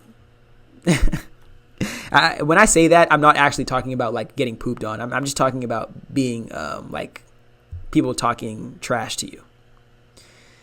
That wasn't even a fear of mine. The fear of mine was really being myself, and being myself so much so to the point where I put myself out to the world for the opportunity to be judged, and for some of those judgments to align with the trauma that I had faced in my childhood, and that made me not want to do anything, and literally were so bad that I didn't even want to exist anymore. So I think my fear of expression came from my fear of having my existence, especially in its uniqueness, rejected. But on this journey, I've finally come to the truth that as long as you accept yourself, as long as you're willing to invest in, to love, to care for, and to give yourself everything that you expect the world to give you, or you want the world to give you, the world's going to reward you tenfold in everything that you need. And you won't even be worrying about the shit that you want anymore. You'll just be appreciating everything that comes to you. So that's what I'm trying to do with my journey now. Just everything that I can do and everything I can control, I do everything to 110%. And I just let the world, with that excess 10% that I gave, reward me for that. And just appreciate everything that comes, good or bad, along the way, because I know as long as I got me, I'm cool. As long as I got me, as long as I got the people that got me, then I'm going to be there for them like a superhero. Now, that's enough of me rambling about advice that you probably aren't going to take. But stay true, bro. Stay true to you. Understand there is no life that you can live in this reality that is ever going to be as fulfilling as being who you really are. So you might as well take the steps in figuring out who that is so you can start being that as quickly as possible. Am I right? If not, you probably hate yourself, bro, and this isn't a conversation that's meant for you. But until I see you guys next time, damn, I didn't even do a promo for this video. Maybe I'll just do one in the beginning right now. Other than that, thank you guys for being here. Literally, you guys are becoming my best friends. And I know it's kind of tough to say that because I just talk to a microphone and post these videos and get to engage with you guys in the comment section. But I love to do this, and hopefully we grow to a point where you love hearing me yap as much as I love to yap, period. Other than that, I am one tired motherfucker. So I'm going to go take a nap or probably blow some gas or something, if you know what I'm talking about. Not fart, the other gas. And then I'll wake up tomorrow and do something again because my life is at the mercy of my calling now. Fuck literally anything that gets in the way of that. For my community, my modern slaves, at the mercy of these mind games, my rebel souls, stay true to you, man. That's the only thing you got in this motherfucker. And it's probably the coolest thing that you got in this motherfucker. So you might as well show it off. All right, now, rock stars, until next time, rock on.